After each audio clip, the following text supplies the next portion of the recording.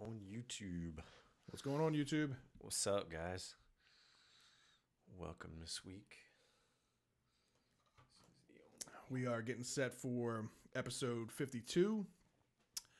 Rightfully so, called What Time Is It? If you're a Baltimore fan, you'll get the reference. We're gonna. You better get the reference. Yeah, you better. You might want to turn the podcast. This week, the Orioles closing in on the deadline, seeing some new faces in the Dean. We're going to do a Baltimore football roundup, a bunch of sad Beagle fans in D.C., and then, of course, the 2-minute warning. So we will go live with the show here in just a few minutes. I'm going to get Facebook up and running.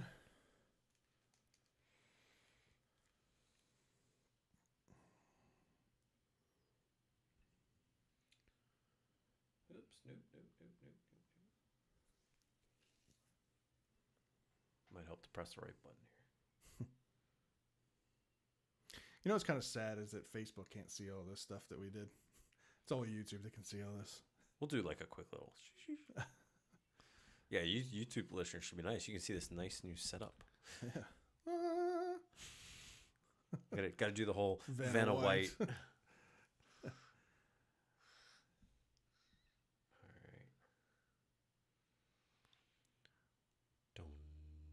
Dum. The hell? It came out right as I was doing the Vanna.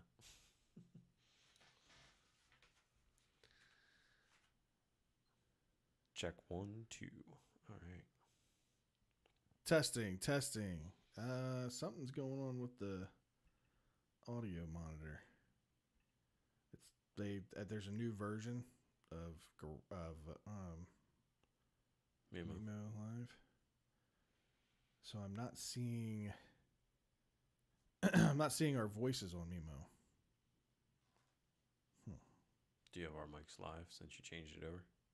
Yeah. Audio mix 1. What the hell does this mean? New audio mix.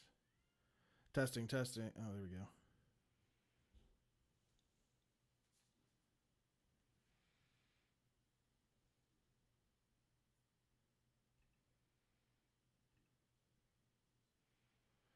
Check. 1, 2, check.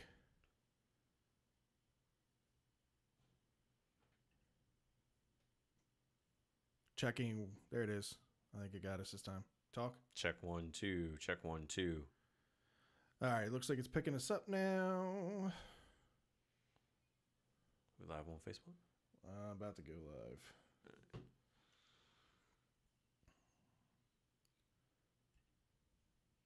YouTube's lucky they get on first. And we're live on Facebook. What's up, Facebook? Get ready to get started. Yes, sir. I'm going to do a quick test just to make sure the audio is coming through. This week we're doing episode 52. I got a lot to talk about, so bear with us. We get this all set up and ready. There we go. I'm going to turn this up just to make sure. I'm going to do a quick test just to make sure. What's up, James? Already in there. In the building. What's going on, James? I'm running both of them, so if I see anything, I'll let you know too. Yeah, James, be our Facebook spy. If you see anything funny going on, take a screenshot. What we talked about off air yesterday or last week.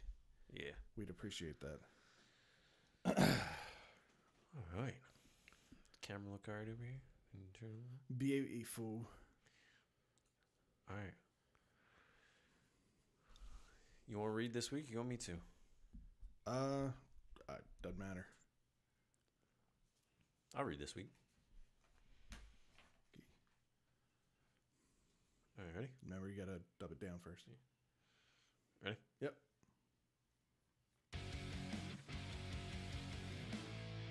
What's up, guys? Today on Birdland BS, it's episode 52, and we're calling this one, What Time Is It? And if you don't know that reference, you might want to leave. We're going to talk closing time at the yard, seeing some new faces in Aberdeen, a Baltimore football roundup, Capitals Restock Rundown.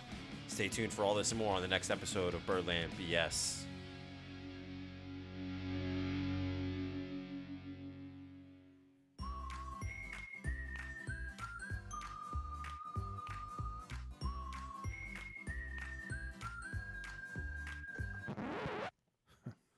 You thought we'd start the show off like that? Birdland BS. Check it out.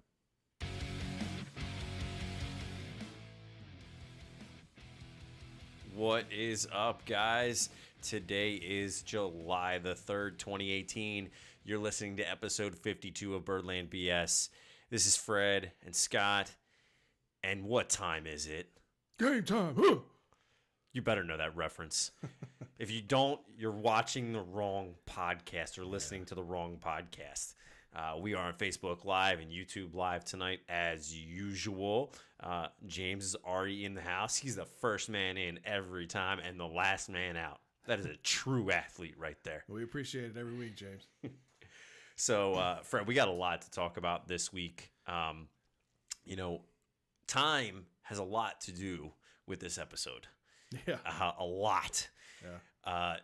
Obviously, we're just going to put it out there real quick because we're going to talk about it a little bit more later on. What time is it? You better know it's game time, and you better know it's for episode number 52, Fred. That's right. Ray. Ray is going into the Hall of Fame, and we are going to talk a little bit about him. We're going to talk a little about our favorite memories, when it comes to the Ravens. So we'll get into that much later. But time is also, in essence, for the Orioles. Yeah, I'd say so. There's a lot going on time-wise for the Orioles. We're reaching the deadline here in 30 days, less than 30 days at this point. We're down to, 28 days. Yeah. And at some point, if the Orioles don't make a move, fans are not going to be happy, and I guarantee you a few of the players are not going to be happy as well. Yeah, fans are already rumbling. This has been a long time in coming. A lot of people were up in arms that this didn't happen before the season started. If you were any kind of realist in Baltimore, you knew before this season started, the Orioles never really stood a chance in retaining Manny Machado. And if you're like me in any kind of way, I thought you would get more value from Machado going into the season than you would now at the deadline, only just because simple number games. You get Machado for an entire year versus a half a year. And who wouldn't want, an all-star third baseman, perennial gold glover third baseman, or, a pretty damn good shortstop. I'm not going to call him a gold glover yet because he's still got some things to prove at the shortstop position defensively.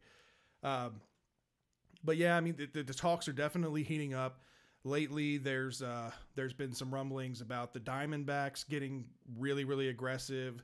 The Dodgers starting to amp up their interest. The Phillies. And, yeah, a lot of the Orioles scouts, which aren't very many, mind you. The Orioles do not invest very much money in scouting, but the scouts that they do have are out and working around the clock, scouting some young talent out in LA and in Arizona, and I'm sure there are some in Philly as well. Even the Cubs are back in it, in the negotiation period. So something's going to happen. It's just a matter of what kind of return can we get from Machado at this point. We're playing the Phillies for the next, 2-3 games. Can we just leave them there and just take the baggage with us? And, why not? Only thing I'm worried about there with Philly is they've got Andy McPhail. And if you remember, Andy McPhail orchestrated one of the best trades in Orioles history, giving up a washed-up Eric Bedard, to put it nicely, for Adam Jones. You're being very generous. Yeah, being very kind, I'll say. So it scares me a little bit to negotiate with that guy because you just don't know. If anybody can evaluate talent, I think that's one thing that Andy McPhail does very, very well. I don't think he was kind of given his fair share here. I think, honestly, in my opinion, a lot of our success over the last 5 years more is more praise should be given to McPhail, I think, than Duquette. McPhail set it up. I mean, that's the biggest thing. McPhail set it up for them to succeed moving forward. Yeah, Justin Hatch, employee I work with at Liberty, chimes in, says the Orioles will want too much from Philly because Phils are in win now mode.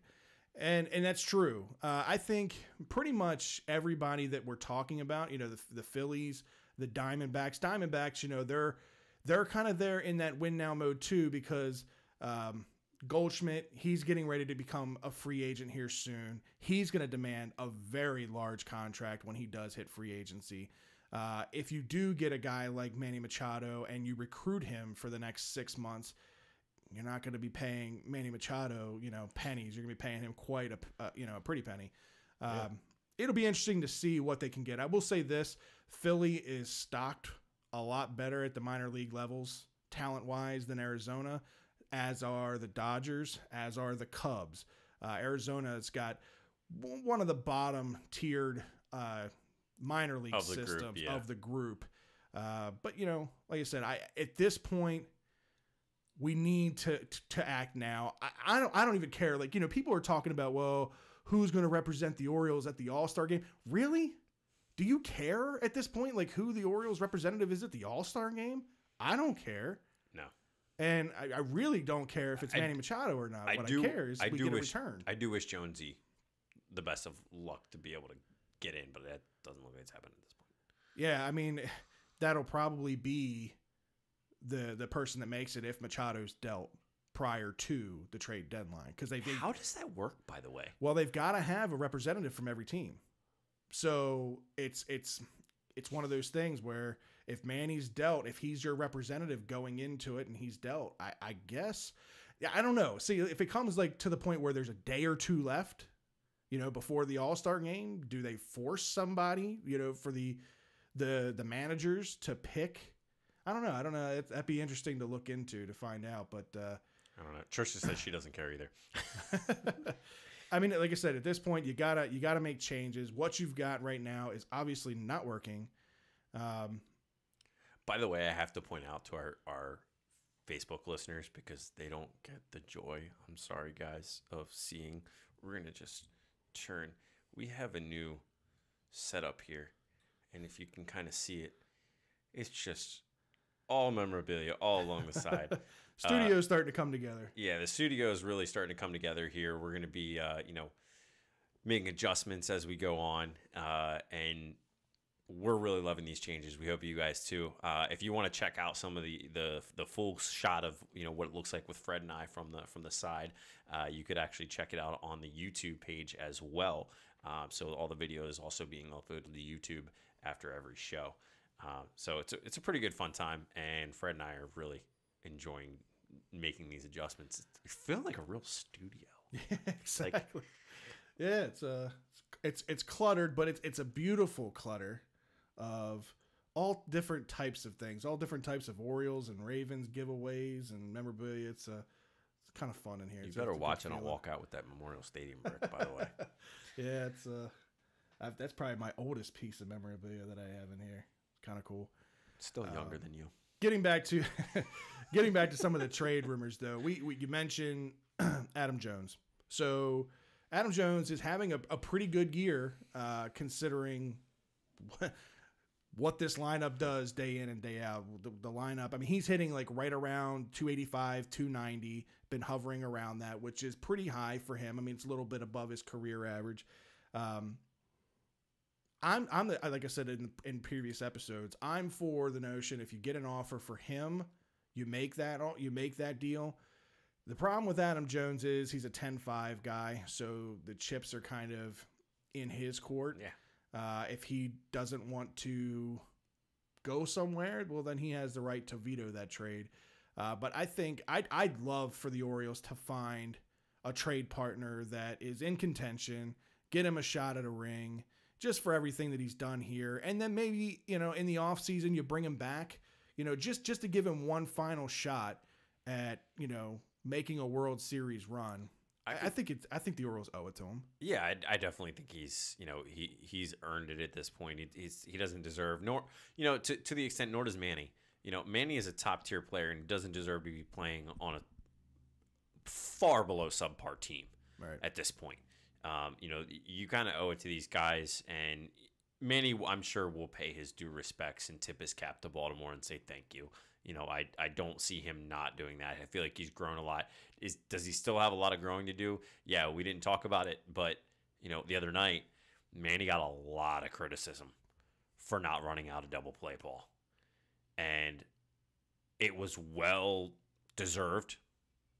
But from everything that's coming out, he went straight into Buck's office after Buck's press conference, after the game or the next morning, whatever, and said he was in the wrong. At least that's what Buck is saying. Do I think that happened? Potentially. But I do think that kind of may have hurt him a little bit when it comes to trading. It's not a good attitude to have.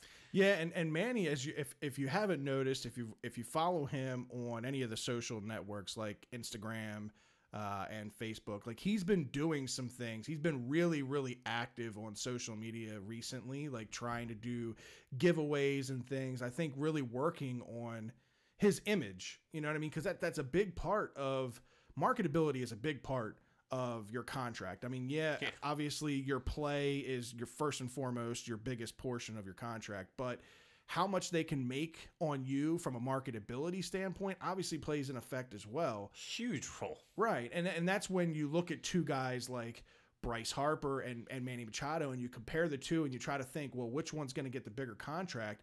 If you're just talking about play and what they mean to a team, I think Manny Machado brings more to the table because, he's an infielder. He's either a third baseman or a shortstop. That's one of the top power hitting young players in the game. Whereas Harper, he's a corner outfielder. Power hitting corner outfielders are kind of a dime a dozen in Major League Baseball. So I think Manny kind of outweighs Harper in that sense. But Harper, I mean, he has been a very marketable guy since day one, whether you like him or not. He's a prick in my eyes. I really don't like the kid. But so you fall under the Papelbon instinct on him, huh? Yeah, exactly. I think he's always kind of had the I'm above everybody else attitude type thing, and I don't it kind of rubs me the wrong way.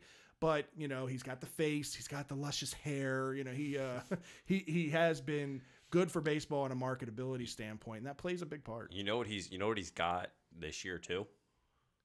What's that? He's got a .217 batting average. Yeah, that's pretty bad. So Manny is well above where he is as far as I was actually looking at it with one of the people I work with today, and we were looking at the stats. We were looking at what's the potential contracts that are going to come out for these guys. And some people are saying 350, some people are saying 375. There was one prediction putting Manny at 400 above Bryce. Yeah. Stupid money. It is. But at the same time, I think you owe it to him and you owe it to Adam, like you said, to trade them. You brought up the 10-5 thing for Adam. Vetoing any trade that he wants. At this point, though, I think you'd be stupid to trade Adam Jones to a non-contending team. Oh, yeah. No, I mean, for what you could get for him in return? I don't think a non-contending team's trying to make that trade. I think the majority of the teams that are going to be pursuing a guy like Adam Jones is a team that feels that they're one piece like Adam Jones away from either making the playoffs or making a deep run in the playoffs, that type of thing. And like I said, I feel like the Orioles kind of owe it to him at this point. I mean, he's been nothing but a model citizen here. He's been a fan favorite, for a long time. He'll always be an Oriole. And there's no saying that Adam doesn't want to finish his career here. He's never come out and said he didn't want to finish his career here. Matter of fact, like we talked about a couple weeks ago, he just bought Ripken's property. Whether that's an investment thing or not, who knows? That's still kind of up in the air. But he's never said he wanted out of Baltimore. The only thing that he said is that he does want to chase a ring, whether that's here or elsewhere. And Adam Jones isn't an idiot. No. He knows that the Orioles aren't close on going after a ring anytime soon.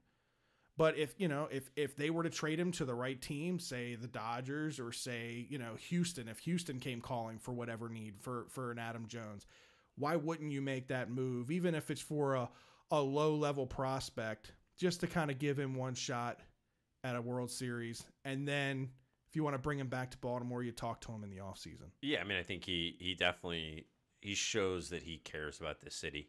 But my one fear is you send him to somewhere like LA, he ain't coming back because that's near too close to home for him.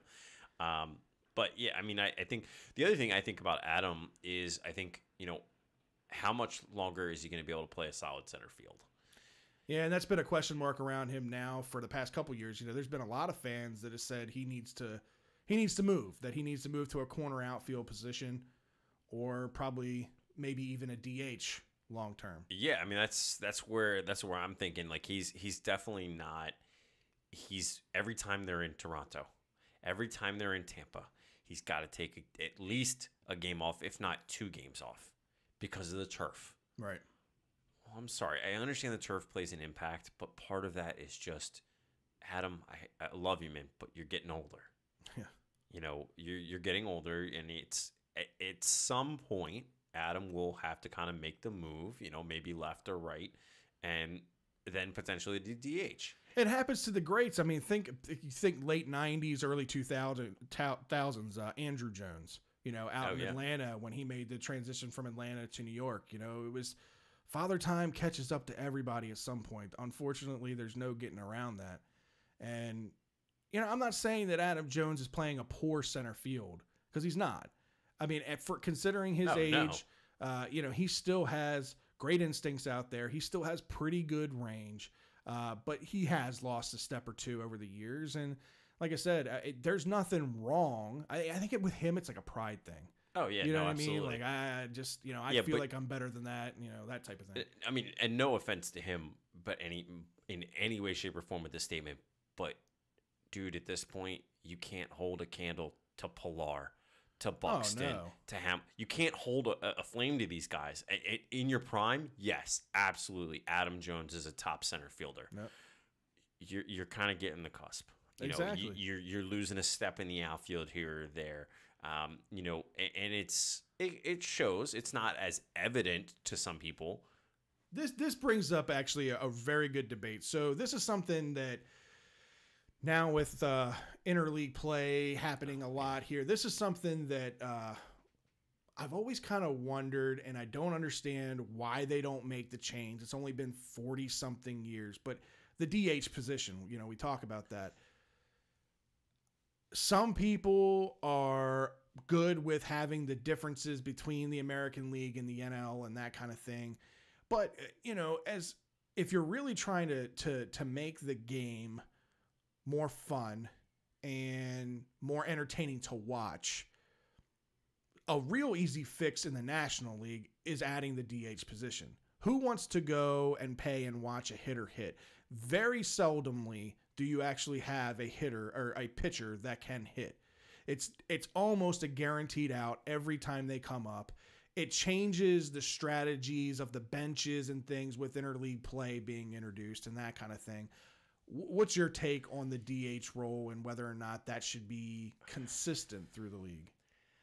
I am on the side that most people are not. I actually like the split. And the reason being is, I agree with you that people don't come out to watch a pitcher hit. An average pitcher hit. But a guy like Madison Bumgarner, a Max Scherzer, Porcello the other night. Yeah. Porcello hits a double and clears the bases in Boston. But that's what you're talking about is exactly what I'm getting to. These are moments that stand out to you. These don't happen every single night. You can name off the couple of times that it's happened, over the course of the last couple of weeks. Oh, absolutely. But it's not every game. And we also don't know how pivotal it is. You never know when you're going to see it happen. And I think it's that lottery effect for people where, we might see, Madison's pitching tonight. At this point in his career, people aren't always going to see Madison Bumgarner pitch. They're going to watch, potentially, if they're going to a National League game, watch him try and put one out of the park because he does a pretty damn good job of it. But I don't know. I see that side of it. I am just, I guess maybe you can call me a traditionalist. I've just always liked the idea that there is the interleague play. I do hate the fact that they made the interleague play spread out throughout the year. I do think that should have been something that stayed, around this time of the year, right around the All-Star break. You just put it around that time. And I think it's a little extended. I think it just needs to be, a few games here, a few games there. It doesn't need to be, the ordeal it seems that they've made it out to be. But I do like, you get to see something that you don't get to see. So when it comes to, for example, in Philly tonight, if I'm going to a Philly game to watch and be there as an Oriole fan, I get to see, potentially Jake Arrieta or whoever's pitching hit. And if they're coming to town, especially when we play those West Coast teams, I don't get the chance to see Madison Bumgarner play every day. And how awesome would that be when he comes to my city if he happens to hit a home run while he's here? I guess it's more of that kind of excitement piece. Yes, it isn't. Is it affecting the game? Absolutely. But at the same time, that's where I guess I'm a traditionalist, because you're going to lose a ton of those moments, and DH is going to get lost in everything. I understand what you're saying to a degree, but I just feel like you have to go one way or the other. You can't have it both ways where I just personally, I don't think you should have the difference in the leagues, whether that means they adapt the DH or they get rid of the DH altogether, because you're expecting these AL pitchers, and Dylan Bundy is a prime example. Dylan Bundy's not pitching right now because he pulled some hamstrings running around bases that he's not usually set to run. And hold on a second. Dylan Bundy is the epitome of a workout rat. This is a guy who, when he was coming out of high school, you could see the videos all over YouTube of him and the workouts and everything that he went through. So it's not like this guy just sits on his butt and he doesn't run and he doesn't stretch and he doesn't do things like that, prior to games and all of that. But you're asking him to run sprints, 90-foot sprints on a very irregular basis, whereas your everyday players or even your pitchers in the National League that pitch every 5 games are at least doing it every 5 games. The American League pitchers, if you took a look at the statistics, I guarantee you there's more pitchers in the American League that end up getting hurt from just running the bases. Simple as that. Running bases, than there are National League pitchers, just because they're not asked to do it. I could see that. I can see where you're coming from with that, but I guess that's where it's, it's the same token of, it's the opposite way with National League pitchers. These guys are used to running the bases. They're used to doing things. Now you're asking them to sit in the dugout and stay cold. And that's why I think National League pitchers, in my opinion, and it's always swung back and forth. So this is not a statement of this is how it goes, but the swing right now, where's the strength in pitching? The National League. And here's why I think, and I guess maybe... But you could also attribute that to ballparks too. American League ballparks are typically a lot smaller, a lot more hitter-friendly than the majority of National League ballparks. And so that's part of it. That's fair enough, but if you denounce this statement, I don't know what I can say to even bring calm to my brain at that point. A National League pitcher is more of an athlete. Period. Because if you're saying that these guys can't handle something that we're asking them to do on an irregular basis, that's not an overall athlete. An overall athlete, think about the guys that you talk about, and you're saying these guys are, and I'm not saying Dylan Bundy is not an overall athlete, but he's not as much of an overall athlete as some of these National League pitchers who are able to do it every time that they're able to go out. That's you can say that if you want, just because that's what they're asked to do. That's the rules of the game. It's not like the American League pitchers have the option of being hitters. Of course, technically by rule they do. They could, but 9 times out of 10, the American League teams, because of the rules being what they are, oh, they're not. They're going to pay somebody else, a much better hitter, to come in and be a DH. So how's that working for Chris Davis? Trumbo. Yeah, well, Trumbo's actually not doing too bad. Trumbo's not bad. Chris Davis, another subject. But here's my thing with American League hitters. The DH plays every single game, right? They are specialists. The DH is a specialist position, right?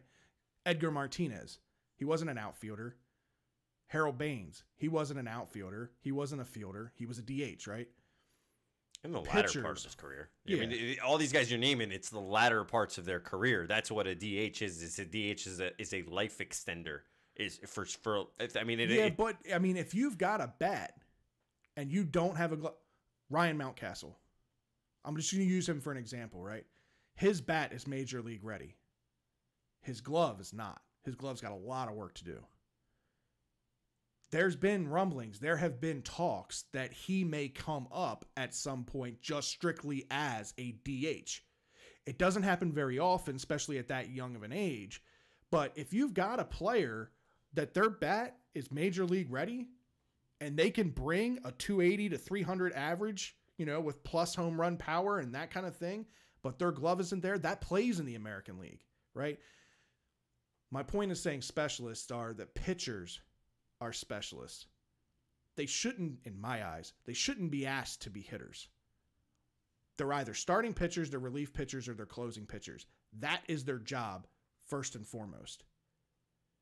DHs, if you got rid of it, you're getting rid of and you're unemploying the Harold Baines of their careers. Harold Baines' careers cut much shorter. Edgar Martinez' careers cut much shorter. Both of those guys are Hall of Famers. If you got rid of the DH position, neither one of those guys are Hall of Famers because their careers couldn't last long enough to see them put the numbers up that they put up. Nobody judges Dylan Bundy on his batting average or his home runs or his RBIs. Nobody judges. Even Madison Bumgarner is kind of the exception to the rule. You know what I mean? He's a good hitting pitcher. Very, very few and far in between come up and put up those kind of numbers as a pitcher, right? Yeah, no, I mean, look, I get exactly what you're saying. I feel like you and I could go back and forth with this absolutely all night. It's just frustrating. I think it's something that they need to either go one way or the other with it. I hate the mix of the leagues. Why can't it just be Major League Baseball, American League, National League, but we all play by the same rules? Trust me, I get it because I've heard the argument, and this is I give credit where credit is due, and it's a valid argument. The NBA, the NHL. There's no difference between the East and the West and what the rules are. So why is there between the American League and National League? Part of it is like we talked about. I'm a traditionalist, so I tend to lean that way a little bit more often on most issues. This is one that I tend to lean just because that's how it's always been done. Yes, it's extended guys' careers, but what if they go the other way and say, okay, pitchers do have to hit? Mm-hmm. Okay, you're pulling these guys away. But if you don't, when do these guys stop? Or let me rephrase that. When do these guys start to not hit? In the minors. These guys have, for what got them to this point, they've done hitting and pitching. But I could use a case like Michael Givens, for instance, right? Michael Givens was drafted as a shortstop. He had a great arm. He was a good pitcher in high school. But he was drafted as a power-hitting shortstop. His bat didn't play very well in the minor leagues. His glove was okay, maybe average. But where they saw, potential in him from a major league standpoint and making a career out of Michael Givens at the major league level was pitching because of his arm talent. No, absolutely. And that's a prime example. But what got him there, he never had that option. We both have to agree on that. He never got to that point without first being a hitter, period. I mean, like you said, we could go back and forth on this all day. But speaking of Michael Givens and where he started out, and actually the first time I had ever seen Michael Givens was in Aberdeen which you and I got a chance last night to go to Aberdeen as part of the media in the press box and get a chance to look at some of the young up-and-coming talent for the Orioles. I will say this, wasn't too impressed in the one game with what I saw. If you look at the stats, the apple doesn't fall far from the tree with the hitting statistics. They're in the bottom third of their league in overall hitting. What was your take on last night? Anything positive that you saw out of last night? It's hard. I'll be honest. I'll be flat out honest. It's hard. Now, granted, these guys are young kids, and when I say young kids, most of these guys just got out of, Division II, Division III schools. These aren't Division I guys. You're talking Aberdeen Ironbirds, single A, short season baseball. But I think one thing I did like to see was I saw the starting pitcher for the Ironbirds, Matt Hammonds. He was a lefty. Was hitting usually about 88 to 90. He didn't top it more than that. If I saw 90, it was like once or twice. Yeah, he was more I gave him credit there. 87 to like 88 consistently. Yeah, but here's the deal. He went 6 innings. He gave up 4 hits, 2 earned runs, 3 walks, 3 strikeouts. He had 91 pitches, which I like that. In a single A guy, I'm already starting to see 90-some pitches. I like it. We can stretch him out, right? 57 of those were strikes. It's pretty good. Yeah, pretty good for a single A guy, it's a pretty good percentage. So he was kind of the one like bright spot, I guess you can say, that we really saw. A lot of these guys are struggling. We did not see a lot of guys get too many hits. They actually got held to a total of 5 hits the entire game. Yeah, Aberdeen ended up losing the game 4-1 last night. It was what you'd expect to see at a low-level A game. There were some base running errors, some fielding errors, some just overrunning balls in the outfield, not taking the right angles. These are all things that can be developed and can be worked on, and obviously you progress through the minor league system. But to your credit with Matt Hammonds, the kid didn't have overpowering stuff. He did have good off-speed stuff. Now, they did make some solid contact on him, but a lot of those were, short fly balls or ground balls to the infield. So he was pitching to contact, wasn't getting a whole lot of swings and misses. No. Ruben Garcia, we got a chance to see him in relief. Gave up a couple runs in relief. He was a little erratic. He has some electric stuff. He was in the low 90s, but looked like he had a little bit of a control issue. But what I liked about him was, I would say at least 90 to 95%. I think there was only maybe 1 or 2 balls that actually got up in the air. The one obviously was a line shot down the line that ended up plating 2. But yeah, every one of his outs were ground ball outs in the infield. Yeah, absolutely. You're spot on. He pitched the 7th and the 8th inning. He did in the 7th give up 1 run. And he actually gave up another hit in that inning as well. But then the 3 other guys were ground outs. It was a ground out to the ground out to the third baseman, a ground out to the first baseman, and a ground out again to the third baseman. And then when he comes out in the 8th, he gets a ground out to first. Then he gets a ground out to second base, gives up a base hit that winds up scoring around on a single, long single, and then K's the last guy to end the inning. Yeah. So I definitely agree with you. He kept the ball down. There was a lot of life, to his pitches. He just was a little more on the erratic side. But the stats don't show that, because he pitched 37 pitches, 24 of which were pitched for strikes. Yeah. Again, pitching to contact, but what I liked about him was that he kept the ball on the ground for the majority of his pitches. So that was one bright spot. But I think the brightest spot, getting a chance to go up to Aberdeen, and one of the things that I was excited to see was a familiar number 23 in the dugout and in the press box with us. For those of you that are Oriole fans that have been Oriole fans through the good times and the bad times, one of my and your idols growing up, Chris Hoyles, his son Dalton Hoyles just signed with the Orioles and was in uniform last night in the dugout for the Ironbirds for the first time. Really, really cool experience for us. This is probably the third or fourth time I've actually had a chance to talk to Chris Hoyles. I worked at the airport and ran into him a few times there and talked to him as well. Got a chance to talk to him last night about everything. He was honest. I mean, he said, the negotiations were tough. He wasn't sure if things were going to end up working out, but Dalton ended up signing on the dotted line yesterday, and he couldn't be a prouder papa. Yeah, no, he was sitting there watching. You could tell he was a little itchy to get. He wanted to see him get in there. It wasn't going to happen last night. First night in uniform, not going to happen.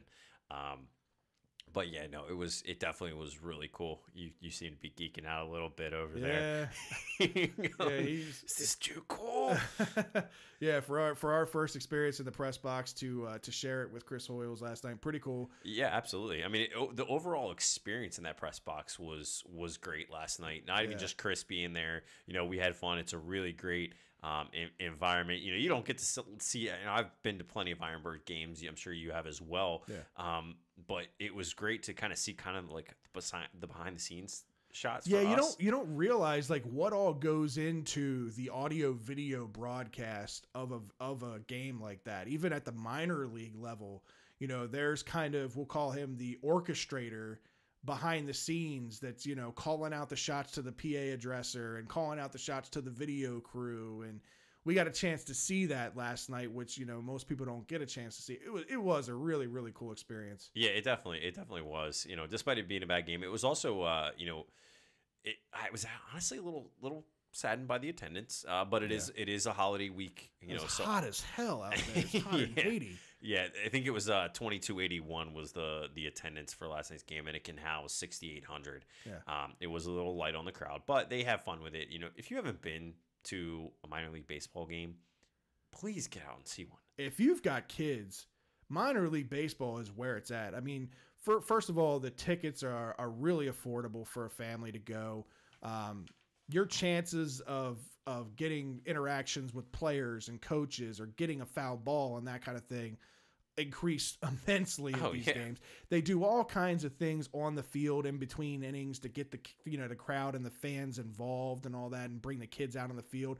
They did like a wiffle bat toss with water balloons last night to the kids. It was just again, if you've got kids of any age, really, get out and go to a minor league game. It doesn't have to be Aberdeen. I've been to all of them. I've even been to Norfolk. I've been to Bowie. The only one I haven't been to is Delmarva, so that's one we're going to have to check off our list at some point because I'd like to go there.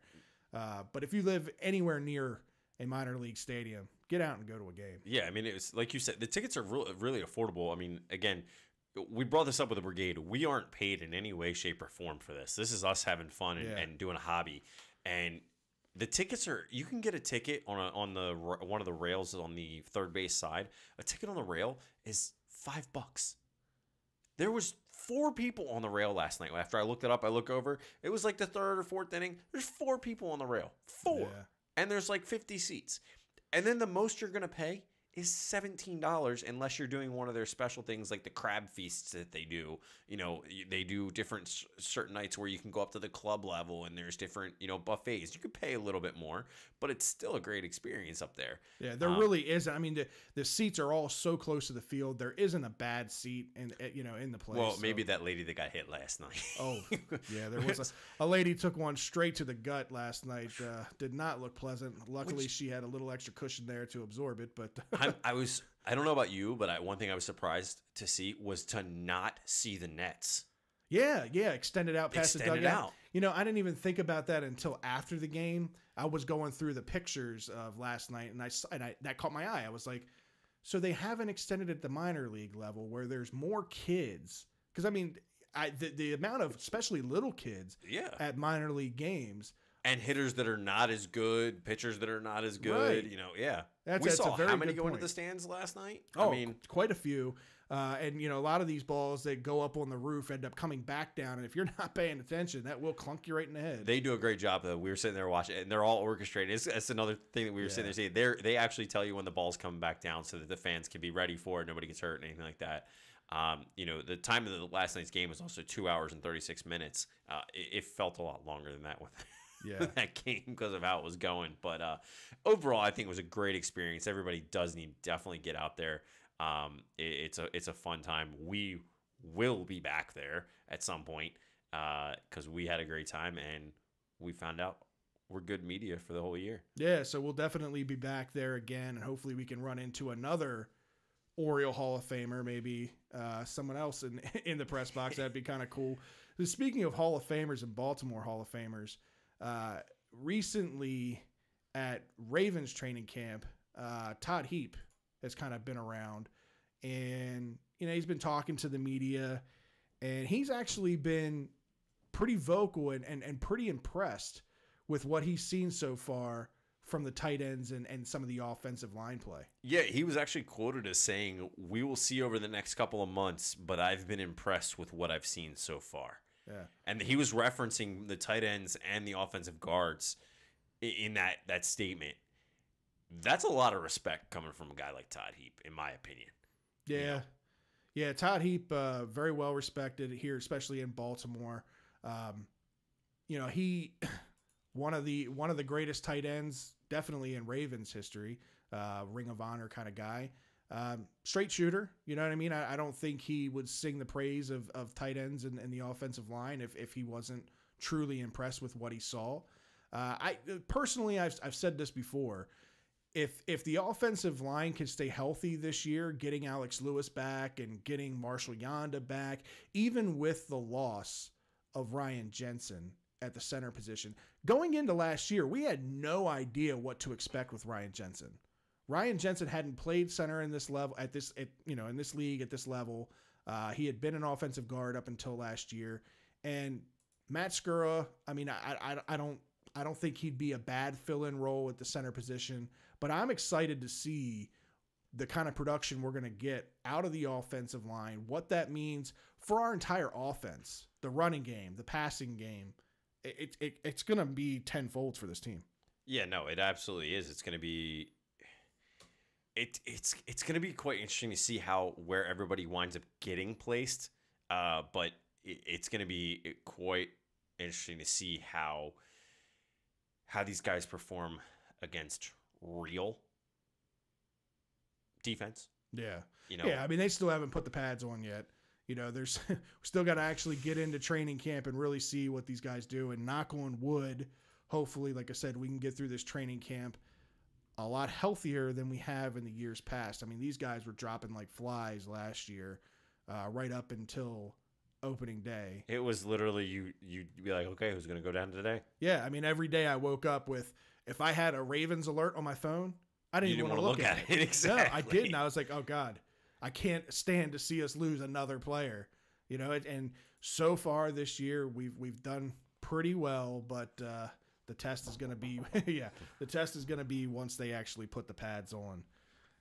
So. Yeah, I think it was definitely interesting. You know, the other thing that was kind of brought up about interesting for this year, I saw an article from John Eisenberg referencing the kickoff game for this year. They have kind of gotten together, and basically what they've said is they are going to, and I'm going to use his wording here on this, but players covering kickoffs will no longer be able to get a running start on the kickoff. So that's going to ensure that they are a further distance. You basically have to wait until it's been kicked, and you can start running after the guy. So I think they're trying to bring back that, the kicking team doesn't have the speed and the momentum of getting to the ball. You're going to see a lot more collisions, I think, a lot further onto the field, closer to the 20, 25, 30, 40-yard line. I think that's good. I think that's good for the game. I think that, there's been a lot of talks about kickoffs and what to do with them. And there's been tweaks and things and changes over the years and all that kind of stuff where it's really, to be honest with you, it's really taken the return game kind of out of the picture. I mean, because pretty much any of these NFL kickers can kick the ball out of the back of the end zone at any given time if they want to, with how close it is. So, and there's been discussions with that, just removing the kickoff altogether from the league. And to me, that just, again, this kind of goes back to our discussion earlier, with if you remove the DH, you're leaving some really good hitters unemployed. It's the same thing. If you take away the return game, you've got people in the NFL, players in the NFL.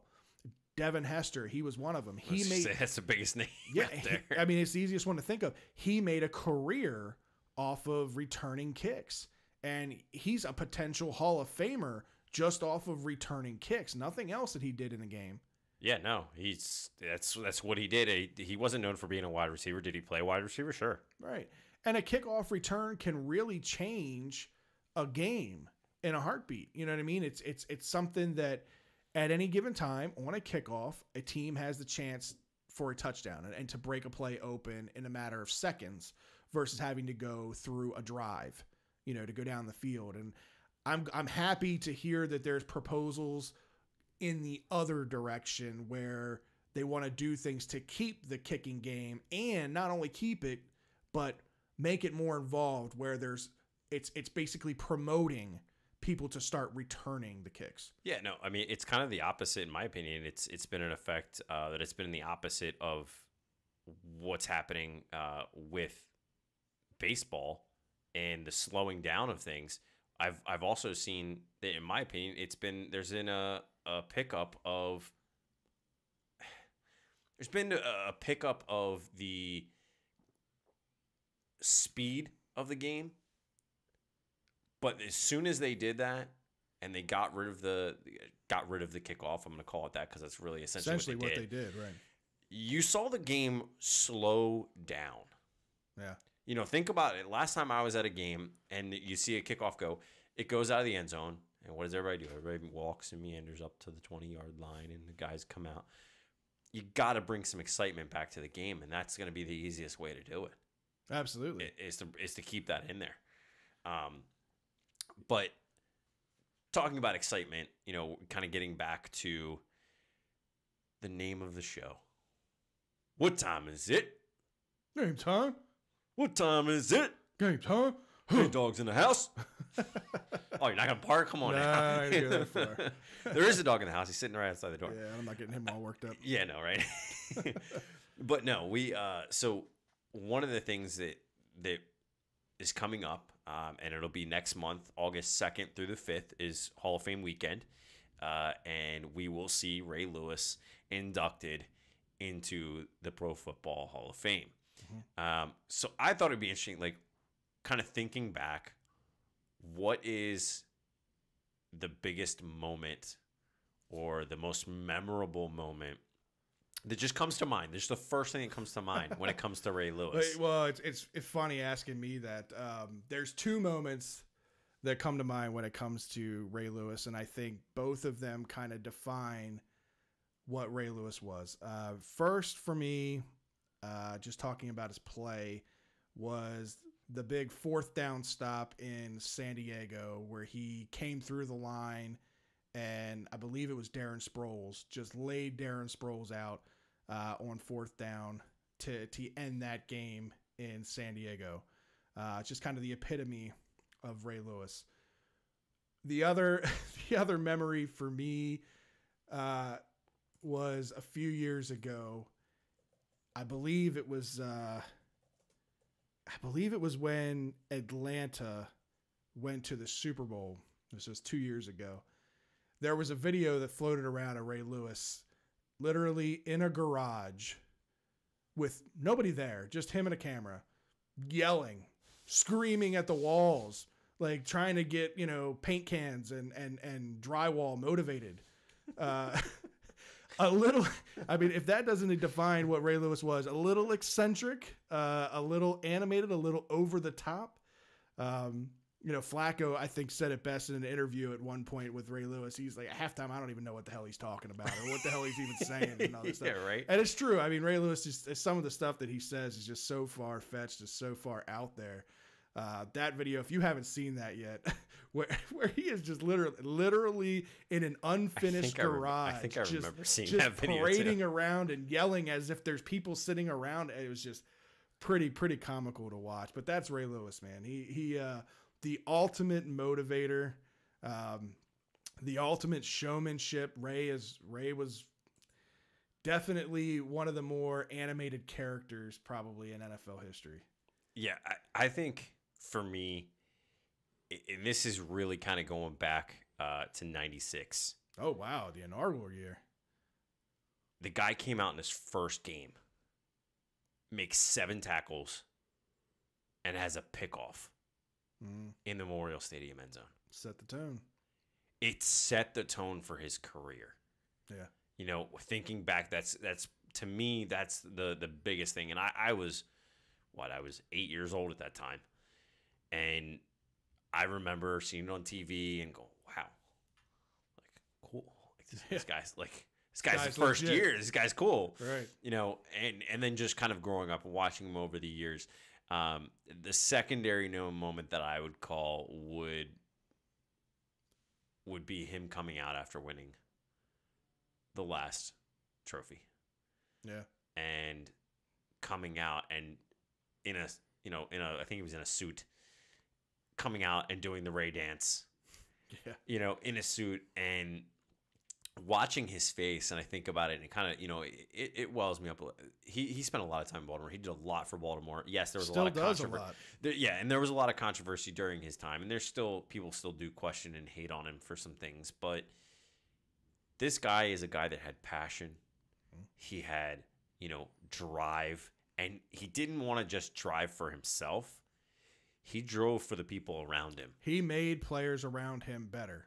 Yeah. And I 100% agree with you there. I mean, you think about how many linebackers that left Baltimore, got big deals elsewhere, but then ended up not really doing well. I mean, I could think Edgerton Hartwell. He was one. Played really well here when he was with Ray Lewis. Darnell Ellerby. He was another guy that, went on and signed a big deal elsewhere and just never really made anything of himself. Jameel McLean, another guy. He just makes players around him better because he was that field general on the field. There wasn't between him and Ed Reed when they were on the field together.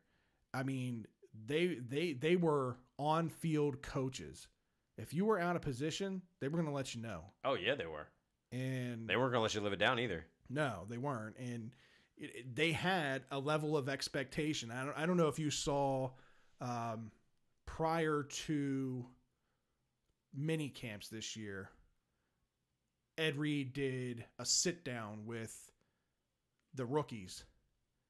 And during his sit down, I'm kind of paraphrasing here, but he had said, being a Raven, there's a level of expectation. There's a bar that's set. And if you don't feel as though you can meet that level of expectation, you need to go. It's basically what he's saying. And it's all about effort. And that video was on Ravens.com. Right. And if there's anything that you can question about Ray Lewis over his time, one thing that you absolutely cannot question was his effort. Oh, no. That man from day one, from 96 until he retired after the 2012 season, gave his everything on every play. And it's something that I'm proud to say that I got to see. It's something that, I'll pass on to my kids whenever that happens down the road. That's something that, I don't think we'll ever see a player of that magnitude, just the entire aura of what Ray Lewis was. The passion on the field, the passion off the field, the passion, in the interviews, and everybody knows the Ray Lewis speech and how he talks, and he's got the Hulk Hogan-esque, kind of thing. But you know what? It worked for Hulk Hogan and it worked for Ray Lewis, because what does Ray do on the side now? He gives motivational speeches, because I tell you what, he's damn good at it. Yeah, and if you think that The Hall of Fame speech is going to be a mellow thank you, and oh man, I can't wait. Watch him throw everybody off and do that. Nah, I don't. It's not gonna happen. I think we'll see the dance. I think we'll see every bit of what Ray Lewis is in that speech. He'll probably go on for about 20 to 30 minutes where we have absolutely no idea what he's talking about. That's just Ray. This one time, this happened. I want a Happy Meal with no pickles. I mean, can you imagine him ordering food at a McDonald's? Good Lord. But I'm excited to see him get inducted into the Hall of Fame. One guy that's not going to the Hall of Fame or not going to his induction speech, Terrell Owens, man, that guy, what a freaking character. I mean, he cried for however long about not getting into the Hall of Fame. Here he is. He gets into the Hall of Fame and basically gives the Hall of Fame committee the middle finger and says, yep, not showing up for my induction speech. I'm going to go ahead and do that on my own terms at my alma mater. Yeah, it's whatever. That's Terrell Owens. It's Terrell Owens. You can't. And then I saw something the other day about him wanting to potentially make a comeback. I'm like, what? Yeah. Like, dude, go. Listen, I did hear he ran a 4.440 at 40-something years old, however old he is now, a 4.440. I did hear he ran that. Now, granted, who was keeping track of the time? I don't know. I don't know how official that 4.40, that time was, but that was word going around. 4.40 and 40 inches? I mean, you know what? If that's the case, good for him. But why are you behind a desk and not on a field? Yeah, because I guarantee you, any team that's going to do it, yes, you come with a lot of baggage. But if you can put up those numbers at that age, it's a Steve Smith-esque situation.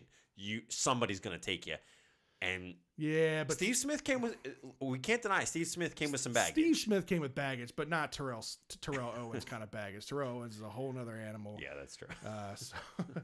Well, moving on. So a couple of weeks ago, we got a chance to go to the Brigade game, and we got in at the tail end of their regular season.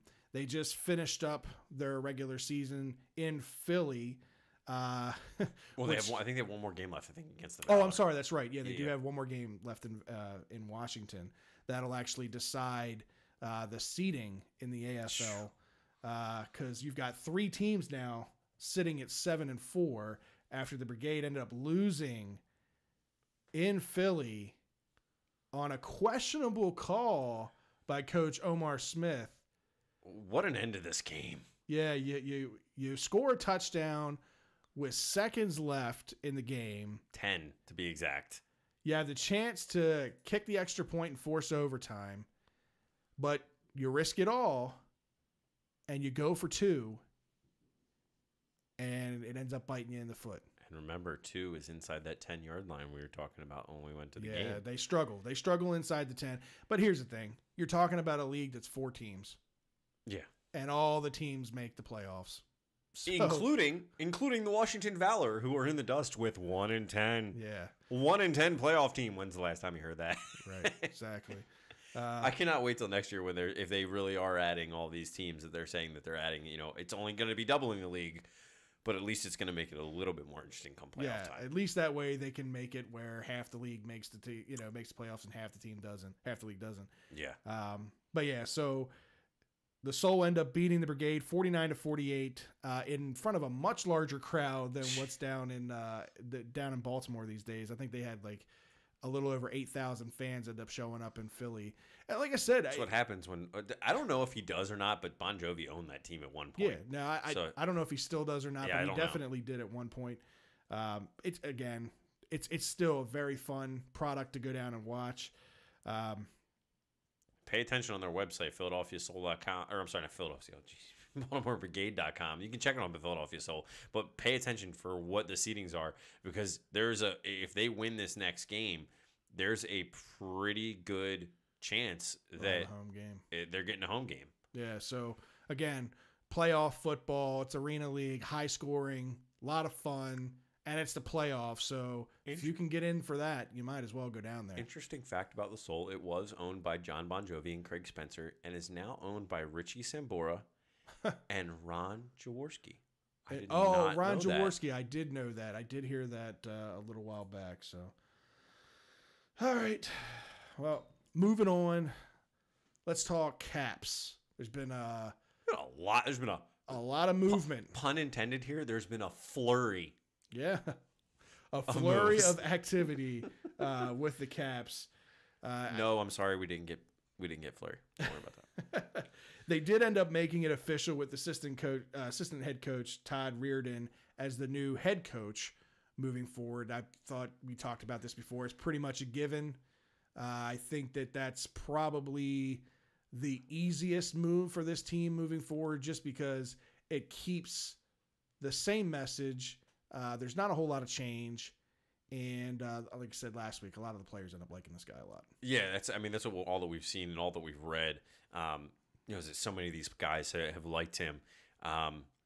Apparently, there's one guy that may not have liked him that much. Yeah. And I'm not saying that because he's made any statements. I'm just saying this because he didn't sign. There's some sad Beagle fans out there. Yeah. Jay Beagle ended up signing with Vancouver. With was it Vancouver or was it Arizona? I thought it was Arizona. I thought it was the Canucks, but did Arizona sneak in? I know it was like a $12 million deal. It was far outside of what the Capitals could afford. Jay Beagle, longtime Capital. Sad to see him go, but we talked about it a couple weeks ago. I thought that out of all the key free agents, he was probably the most expendable, which sucks because, you like him as a person, you like him as a player. He's a good guy, but wish him luck moving forward. It was the Canucks, by the way. In Vancouver, that's what I thought. That's my notes are wrong. That's all right. But one move that the Caps ended up making, which did catch me by surprise, was they ended up bringing Kepney back on a 4-year, $10 million deal. Good young player, young defenseman. You originally got him from the Blackhawks too. You liked him that much. Yeah, we haven't seen this guy's full potential yet, but played real big minutes in the playoffs. So I'm glad that the Caps were able to get him in under the cap, and they're still negotiating. It's pretty much a done deal with Tom Wilson. They're just working out. They're working out all the details. From what we they're understand. working under all the details and the financials and everything. So a good portion of this team coming back to DC, so I'm excited for the Caps moving forward for next year. Yeah, so am I. I mean, you've got a lot of guys. You mentioned Kempney coming back. You also had them re-sign Travis Boyd for a 2-year, 1.6. And the one guy that we both said is underrated, and it seems to me he got an underrated contract. If it's now he did get from some of the news that's been out there, he did get larger offers, but he wanted to stay with the Capitals, so he did take the smaller offer. I still think the Caps should have offered him a heck of a lot more than this. They re-signed Smith Pelly on a 1-year, $1 million deal. I think here's the thing, and my take on that. The Caps will have a little bit more cap room next year. So if Smith Pelly really wants to stay here long term, then it made more sense in him signing this 1-year deal in a prove it kind of deal, because if you base him off of what he did in the regular season, then the contract is justified. What he did in the playoffs, totally different player, totally different level. But he needs to be able to show that he can give that kind of an effort consistently throughout the regular season. And I think that's what it is. I think it's more of a prove it kind of deal. And if he can do that, then, I'd like to see them sign him again next year, maybe to a longer term deal. Yeah. I mean, in my opinion, he's a strong player. You get a clutch guy like that steps up, during that time period. It's kind of one of those things that I feel like he should have gotten maybe 1.5, 2. When I say that's a large jump in hockey, So the other guy that we signed is a center, Nick Dowd. We signed him for 1 year, $650,000. Yeah. It's not these ridiculous salaries that you're seeing in the NBA and MLB and not as much in the NFL, but to an extent. But I definitely think he deserved a little bit more, because of what he did do for you. I hate to say this, we don't win the cup if Smith Pelly's not there, in my opinion. Yeah, He had 2 clutch goals. Look, what this Capitals team was able to do through this playoff run wasn't about just any one person. It was a total team effort. Oh, absolutely. And Smith Pelly was a huge part in that. I mean, he really did step his game up to an entire another level, doubling his goal total, from the regular season in the playoffs. It's just like I said, you got to be able to show that consistently, and I think that's what the Caps are hoping that they can see out of Smith Pelly moving forward. Yeah, I mean I agree with you. They have to see it. I think it's maybe it is that prove me contract. I guess if other teams were offering him that, and he took a pay cut, and that's great, and great financially, but let him kind of go on it. You know what I mean? It's the guy has shown you that when the time comes, you can rely on him. Speaking of time comes, it's that time.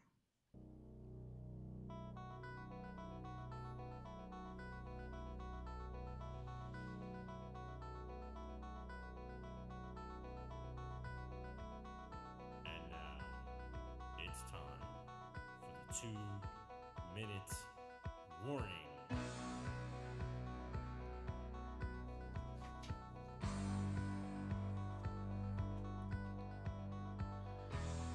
All right, Scott. This week, you are on the clock for the 2-minute warning. Got a lot to cover. Come on. All right, Scott. Your 2-minute warning, it starts now. Everybody knows this one. DeMarcus Cousins. He signed with the Golden State Warriors for 1 year, $5.3 million. A lot of questions going around there. Obviously, everybody knows about the LeBron piece too, but today, Lakers signed Rajon Rondo to a 1 year, $9 million contract. Land of misfit players, man. We'll see what happens there. The Phoenix Thoroughbreds. So this is the company that owns Gronkowski, the horse. They acquired a new horse. They named him LeBron J. Yeah. Go figure. Here we go. Here comes all the horses. FIFA. Uruguay lost to Portugal. Upset number 1. Argentina loses to France. Upset number 2. Russia beats Spain via a tie and a 4-3 penalty kick shootout. Upset number 3. And we're only in the round of 16. Patrick Peterson, Arizona Cardinals quarterback, says he's quite impressed from what he's seeing from their new QB in Josh Rosen. Sam Bradford is still being claimed as being the starter, but Rosen could take that job away. I think he's going to be the best quarterback in this draft. Could be. Reuben Foster, linebacker for the 49ers, been suspended 2 games after substance abuse policy. He's had multiple arrests and charges over the past year or two leading up to this year. NFL is asking arbitrator Stephen Burbank to provide a summary judgment under an article in collective bargaining agreement for collusion disputes in reference to the Colin Kaepernick case. Basically, they want to end the case. Arizona Diamondbacks activate A.J. Pollock off the DL, out since he's fractured his thumb in May. Orioles tie here. To activate him, they had to option Christian Walker. Remember that name? Yeah, oh, yeah. He was a first baseman. Right. And I'm not going to get through this other one, but Joey Chestnut, he is a -700 favorite for the 2018 Nathan's National Hot Dog Eating Contest in Coney Island. Over under for this year's winner on that, 70.5 hot dogs. Oh, good. By the way, if you have a $100 bet on Joey Chestnut there, you win $14.29. I need a box of Tums just listening to you talk about it. Ugh. One other thing, I didn't get the chance to put it in, but I have to say this because I know that we've talked a little bit, you and I have talked a little bit about UFC in the past, but this was somewhat big news, and there's a big kind of interesting tie here. Chuck the Iceman Liddell and Tito, you can call him one of two things, the people's champ, or you can call him the Huntington bad boy, Tito Ortiz, are going to fight for the 3rd time since 2004. The promoter behind this fight, Oscar De La Hoya. Yeah, a bunch of old, washed-up people promoting old and washed-up people. It's Chuck Liddell. I have all the respect for him. You know, one of the greatest UFC fighters of all time, but good Lord. Hang it up before you are just a cucumber. I do have to share his statement, though. He said, "It feels great to sign a deal, to be honest with you. It's exciting as I knew it would be. Golden Boy," he's referencing Oscar De La Hoya's promotion, is Golden Boy Promotions. Golden Boy offers something different. We're partners in this. And then he was then quoted as saying, "And I never get sick of punching Tito." That guy, man. Whew. Yeah. Talk about animated characters. He's another one. But he is one that I'll talk a lot of shit behind a microphone, but I definitely wouldn't say that stuff to his face. There's no way in hell. You suck. Hi, Mr. Liddell. Yeah, How are no. you? James says he loves my shirt and he loves your cup. I do love your shirt. Yeah, the cup. The Stanley Cup of cups. $20 you can get this on Amazon. I thought it was kind of cool. I'm gonna throw that there on the mantle when I'm done drinking this. So appreciate that, James. Yeah. But that's it, man. Another episode in the books. It's episode 52. Yeah. Be sure to check us out on the web, birdlandbs.com. Follow us on all our social network sites, Twitter, Facebook, Instagram, YouTube. You can find the audio podcast on Apple Podcasts, Google